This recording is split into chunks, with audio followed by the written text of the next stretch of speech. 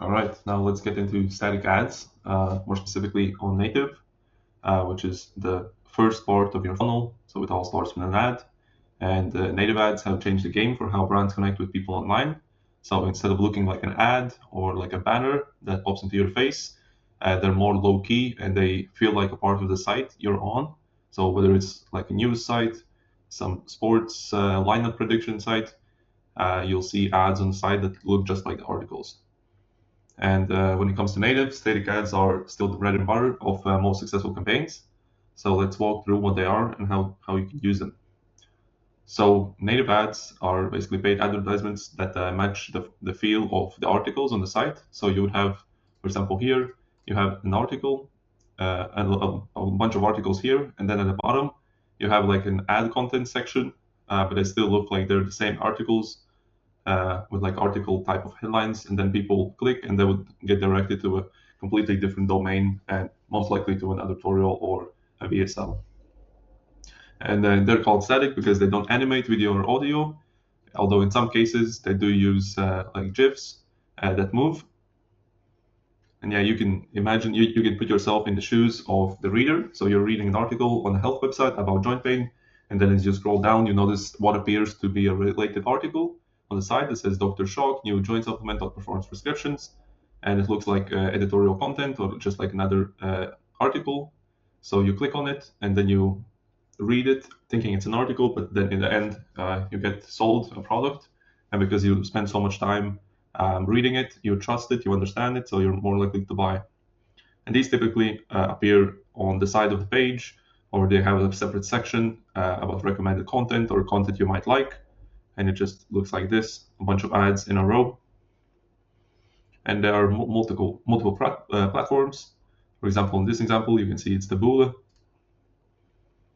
And yeah, as I mentioned, you'll find these ads in recommended for you. You might like from around the web, or it might just say paid advertisement. But when people are just scrolling fast, they won't notice a difference, and that's why it's so effective. And to see some for yourself, you can access all these websites. Make sure your ad blocker is off, and you'll see examples in real time. And also, if you need some inspiration or some swipes, you can visit these websites and see what ads they're running there, and take inspiration from there. Yeah, now and now about the audience. So the biggest thing to understand is that the native audiences are in content mode. So unlike Facebook, they're not just scrolling to kill time, they're reading, researching, and actively looking for information. And this means they're usually more focused, more willing to spend more time on the page, looking for answers or solutions, or just in a curious, open mindset. And the typical native ad reader is over 40, middle to upper income, more educated, news savvy, or interested in learning, patient enough to read longer content, and more cautious and research driven for buying. So to put it in one word, they're basically smarter than the average Facebook scroller. And that's why native ads work so well for driving people into in-depth content like editorials, VSLs, and quiz style funnels. And overall, the style of native ads, they need to be like chameleons, so they need to blend into the site without being boring. And the trick is to match the look and feel of the platform while still catching someone's eye just enough to get the click. So here you can see examples. So you just scroll down, see article after article, and in between, instead of saying like business or world, it says ad, but still the headline is the same format, the preview text is the same format. So if you don't pay attention to this, you won't notice that it's an ad. And the best approach depends on where you're running the ad, but in general, you need to make it look part of the site. That's why it's also important you find out, if you're a copywriter, to find out where the ads will be running. And don't be too flashy or salesy, and focus on curiosity, relevance, or value. And the most effective approach generally falls down into these categories. So it can be a news or discovery angle.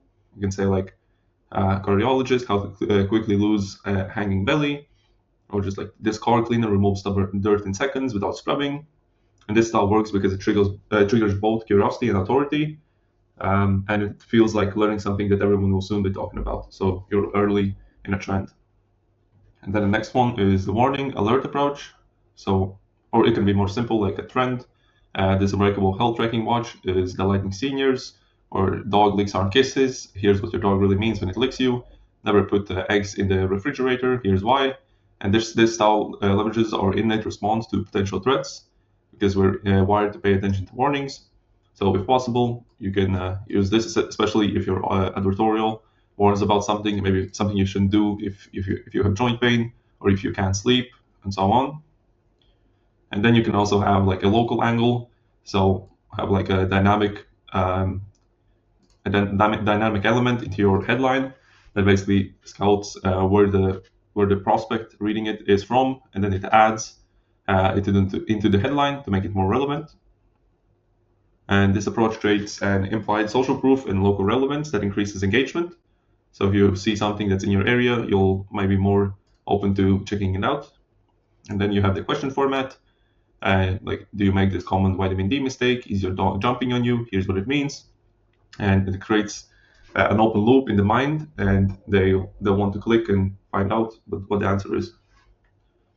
And when you look at these examples, you can notice what they have in common. So they all promise valuable, specific information. They suggest insider or exclusive knowledge. They feel editorial rather than promotional. They speak to existing concerns or interests, and they use simple, clear language. And what they don't do is they don't pitch products. On rare occasions, they do, like this smartwatch or probably this cleaner, but in most of the times they don't. They don't sound like advertisements. You don't use brand names, and mostly they don't feature obvious product images. And like the vibe is always interesting information rather than a sales pitch. And now, when you get into writing, here are the key components you can follow. So first is the image, the first thing they probably see. So which is the first impression and drives the initial attention. And the most effective native ad image typically features either people-focused images, so real-looking people, clear facial expressions, before-after photos or demonstrations or discoveries or solution. So here you can see a face, here you can see the product in use, the before and after. And this was about, the headline was something about what cat bites. If your cat is biting you, here's what it means, or something like that. So it's a really matching image, and it's like poor quality, so it doesn't like super. It doesn't look like a stock photo, which makes it more human. And then you can have object-focused images, unusual food items, natural elements, household items, or simple visual metaphors. So this was about some food, and this is something about Vaseline and your car. So something that fits the headline well, but still looks weird. So they might be curious and click to find out. And then also text overlay considerations. You can have minimal text on image, but platforms may reject text-heavy images. As you can see, mostly these don't use any text, except here it says 5G. I might have the product name. And yeah, if using text, keep it to 5 to 7 words minimum. Consider subtle callouts or circles highlighting elements, like an arrow here. And some platforms prohibit certain text overlay styles. So to keep it safe, I would say just use an image. And yeah, here are some technical stuff. And one effective approach is what is this strategy? So showing something slightly ambiguous, and that requires clicking to understand fully. Then next we have the headline. And your headline is the make or break element. And you typically have 50 to 65 characters to capture attention. And there are multiple structures you can follow. So one is the discovery format again. So researchers discover some unexpected solution for like joint pain, for example. Here it says a bit, this isn't following like a template here, but still fits the same structure. So 81-year-old woman cleans husband's closet and finds out why he clears neighbor's sidewalks of snow. Then again, you have the question format. Then the listicle format, a number of ways to achieve a goal, top 5 mistakes people with problem make, or like 5, like it says here, 5 the best cookies in London. And then again, the warning format, or instead of warning, you can just make it like a trendy thing, so people are amazed, super rich, read as many as 50 books per year, here's how. Or you can have an authority figure here, an engineer reveals. And again, you can follow the location format.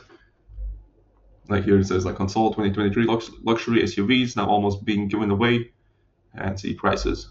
And here you can see some do's and don'ts. So do create specific curiosity, include a clear benefit or promise, reference authoritative sources when possible, use common but powerful trigger words, address a specific audience when relevant, and don't use all caps. Don't make impossible claims or reference direct product names and headlines. Don't use excessive punctuation, and don't employ obvious hype language. And then next we have the description, so secondary text element, which you can also call body copy, that's under the headline. And it's typically also short, just 140 to 150 characters. And this element should add credibility to the headline claim, introduce a specific mechanism of discovery, hint at the full story without revealing everything, include a subtle call to action, or maintain the editorial feel. And some examples, like for a joint pain offer, you can say research has identified a rare compound that rebuilds cartilage tissue. See why doctors are recommending it instead of traditional treatments. Or for a financial offer, this little known program is helping homeowners cut monthly payments by $300. See if you qualify for the savings. And here's a headline that kind of like combines the text into, just makes it into one. So everyone bought at her at the wedding, but 6 years later she shows her transformation. And overall, the key takeaways for native static ads, so is to blend in, to stand out. So your ad should look like it belongs to the platform while still attracting attention. Editorial over promotional, so maintain an information first approach rather than a direct sales pitch. Speak to active researchers, so remember your audience is actively seeking information, not passively scrolling. Test multiple angles, develop variations across different psychological triggers and formats. And image plus headline strategy, so ensure your visual and text elements work together rather than competing. Platform specific matters, so what works on Taboola might not work on Rev Content, which is a different platform, and understand the nuances. And you can also ask AI to ask what the difference is and to rewrite the copy you have for Taboola to make it fit a different platform better. And also compliance is critical, so native networks have strict policies. Violating them can get your account suspended. So as a copywriter, be careful with that while still writing effective copy. And the best native static ads don't feel like ads at all. They feel like the beginning of an interesting story that happens to solve the exact problem your prospect is experiencing. And now we can get into AI and how you can use AI to write static ads. All right, so I will walk through an example. Basically, it's a 3-step process you can follow to write ads with AI. So first, you get an AI into the right sort of mindset. So if you use Claude or ChatGPT, I personally use Claude, you take this prompt and put it in here. And then next, you basically put all the details about the product, about the ad, where the ad is directing people to, and fill it out. So as an example, I'll take like a random editorial. And the product is a pheromone infused cologne. The target audience is single men 35 plus. The main benefit is to attract women. The main pain points are getting rejected, feeling invisible, lonely. The ad directs people to an advertorial, not say it's attached. And then I'm asking AI to please create 10 native ad variations with the following components for each. So a headline, description, image, and an image suggestion, and create variations using these angles, so multiple angles. And then after this is done, if there's one or a few you like the most, you can basically iterate on that. So from these options, I like variation 3 the most. Please create 5 more headlines with a similar approach, but test different angles. So let's see what it gives me. So scientists find missing link in male attraction after 40. The invisible advantage, younger men have been dating. Why women may be subconsciously avoiding you. Dating after divorce, don't make this common mistake. Feel invisible to women since you're divorced. Yeah, I would say I like number 4 the most.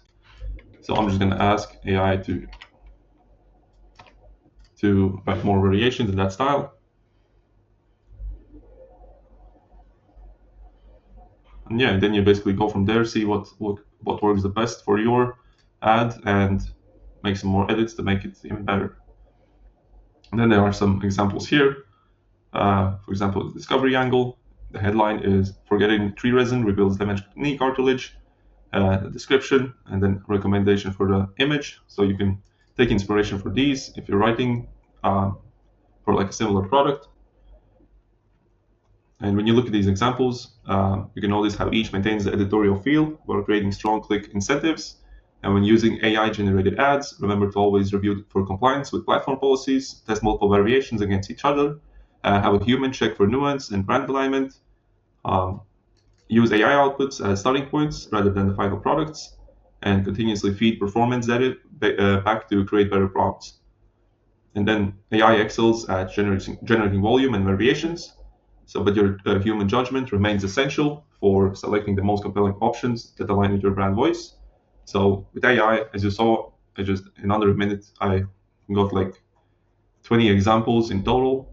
So the point is that with AI, you can get hundreds and hundreds of different ads generated in under like 5 minutes. But it's your job then to pick the best ones and make the final edits to make the best ad work. And that's it for the static ads on native.